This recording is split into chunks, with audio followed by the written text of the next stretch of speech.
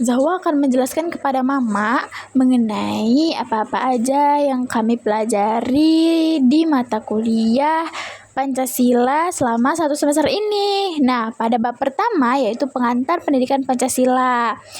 Mata kuliah Pendidikan Pancasila memiliki kedudukan sebagai mata kuliah wajib kurikulum pendidikan tinggi yang berdiri sendiri dan harus ditempuh oleh setiap mahasiswa, baik pada jenjang diploma maupun jenjang sarjana. Nah, tujuannya yaitu selain itu mahasiswa diharapkan mampu memberikan kontribusi yang konstruktif dalam bermasyarakat, berbangsa, dan bernegara dengan mengacu pada nilai-nilai Pancasila. Lalu, pada bab kedua yaitu menelusuri konsep dan urgensi Pancasila dalam arus sejarah bangsa Indonesia. Nah, pada bab ini, Zahwa mengetahui bahwa sebelum terbentuknya Pancasila ada 3 periode yang melatar belakanginya, yaitu periode pengusulan Pancasila. Nah, yang pertama adalah pengusulan Pancasila itu awalnya dilakukan pada sidang BPUPKI pertama yang dilaksanakan pada 29 Mei sampai dengan 1 Juni 1945. BPUPKI dibentuk oleh pemerintah Jepang pada 29 April 1945 dengan jumlah anggota 60 orang.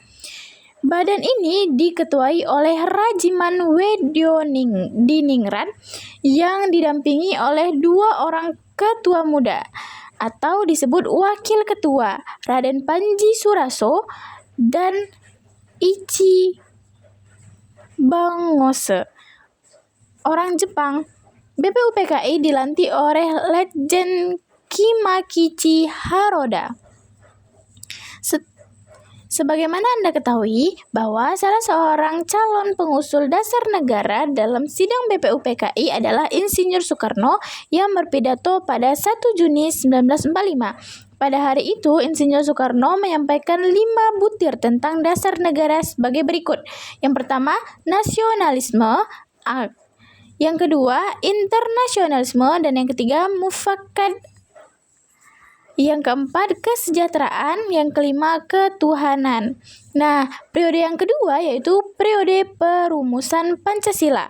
Hal terpenting mengemuka dalam sidang BPUPKI kedua pada 10 sampai 16 Juni 1945 adalah disetujuinya naskah awal pembukaan UUD 1945 Hukum Dasar yang kemudian dikenal sebagai Piagam Jakarta. Piagam Jakarta dapat merumuskan isi dari Pancasila sebagai berikut. Yang pertama, ketuhanan dengan menjalankan kewajiban menjalankan syariat Islam bagi pemeluk-pemeluknya. 2, kemanusiaan yang adil dan beradab. 3, persatuan Indonesia.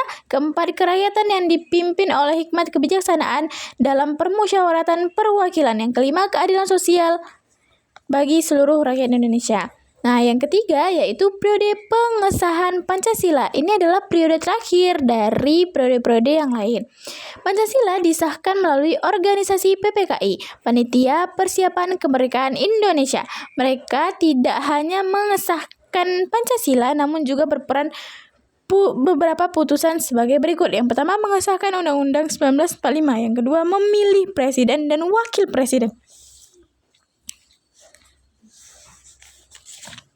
Nah, pada bab 3 yang kami pelajari yaitu tentang negara dan juga tujuan negara. Nah, banyak sekali pengertian negara oleh beberapa ahli. Yang pertama, Aristoteles. Negara adalah persekutuan dari keluarga dan desa guna memperoleh hidup sebaik-baiknya. Yang kedua adalah dari Jean Bodin. Negara adalah suatu persekutuan daripada keluarga-keluarga dengan segala kepentingannya yang didampingi akal oleh suatu kuasa yang berdaulat. Yang ketiga, Hugo de Groot. Negara merupakan suatu persekutuan yang merupakan yang sempurna daripada orang-orang yang merdeka untuk memperoleh perlindungan hukum. Yang keempat adalah Blanchi, diri rakyat yang disusun dalam suatu organisasi politik di suatu organisasi politik tertentu. Yang kelima, Hultlaski, negara sebagai organisasi paksaan. Yang keenam adalah Woodrow Wilson, rakyat yang terorganisasi untuk hukum dalam wilayah tertentu. Nah, tujuan negara. Tujuan yang ingin dicapai oleh suatu negara mungkin sama, yaitu kesejahteraan dan kebahagiaan, tapi cara yang ditempuh untuk mencapai tujuan tersebut berbeda-beda, bahkan terkadang saling bertentangan. Jalan yang ditempuh untuk menentukan tujuan tersebut dapat digolongkan ke dalam dua aliran, yakni pertama, aliran liberal. Aliran ini berpendapat bahwa kesejahteraan dan kebahagiaan harus dicapai dengan politik dan sistem ekonomi liberal maupun persaingan bebas. Yang kedua, aliran kolektivis sosialis. Aliran ini berpandangan bahwa sosialis, yaitu kesejahteraan negara, hanya bisa diwujudkan dalam politik dan sistem ekonomi terpimpin. Ketiga adalah mengenal sumber yuridis, historis, sosiologis, dan politis tentang Pancasila. Sumber yuridis mengajarkan bahwa Pancasila sebagai payung hukum, sumber historis Pancasila sebagai ideologi negara, dan sumber sosiologis Pancasila sebagai nilai-nilai agama, kemanusiaan, dan etis tertentu. Yang keempat adalah sumber politis Pancasila sebagai sistem demokrasi. Nah, yang keempat adalah bab 4, menelusuri konsep urgensi Pancasila sebagai ideologi negara. Nah, yang pertama, mengenal beberapa tokoh pemikir Indonesia yang berhasil mengidentifikasi atau mendefinisikan ideologi. Yang pertama adalah Sastra Prateja. Ideologi adalah perangkat gagasan pemikiran yang berorientasi pada tindakan dan diorganisir menjadi sistem yang teratur. B. Ideologi adalah hasil refleksi manusia berkat kemampuannya menjaga jarak dengan dunia kehidupannya. Menurut Mubyarti, ideologi adalah sejumlah doktrin kepercayaan dan simbol-simbol kepercayaan masyarakat atau suatu bangsa yang menjadi pegangan atau pedoman kerja. Yang ketiga adalah urgensi Pancasila sebagai ideologi negara. Globalisasi merupakan era saling keterhubungan antara masyarakat. Beberapa karakteristik kebudayaan global sebagai berikut. Nah, A. Berbagai bangsa dan kebudayaan menjadi lebih terbuka terhadap pengaruh timbal balik pengakuan terhadap identitas. Masyarakat memiliki ideologi berbeda. Kebudayaan global merupakan khas dan nilai-nilai asasi manusia menjadi nilai yang dihayati bersama. Nah, fase-fase perkembangan ideologi global itu sebagai berikut. Yang satu adalah fase embrio, yang kedua fase pertumbuhan pada abad ke-18, yang ketiga fase take off pada tahun 1817. Yang keempat adalah fase perjuangan hegemoni. Yang B. Menanya alasan Pancasila sebagai ideologi negara. Yang pertama adalah warga negara memahami Pancasila sebagai ideologi negara. Yang kedua, penyelenggaraan negara memahami Pancasila sebagai ideologi negara. C. Mengenal sumber historis, sosiologis, politis Pancasila. 1. Sumber historis Pancasila sebagai dasar negara. Yang kedua, sumber sosiologis. Sumber sosiologis membentuk Pancasila. Yang ketiga, sumber politis. Nah, bab kelima yaitu Apa yang dimaksud dengan sistem filsafat? Nah, banyak sekali arti yang membahas tentang filsafat. Filsafat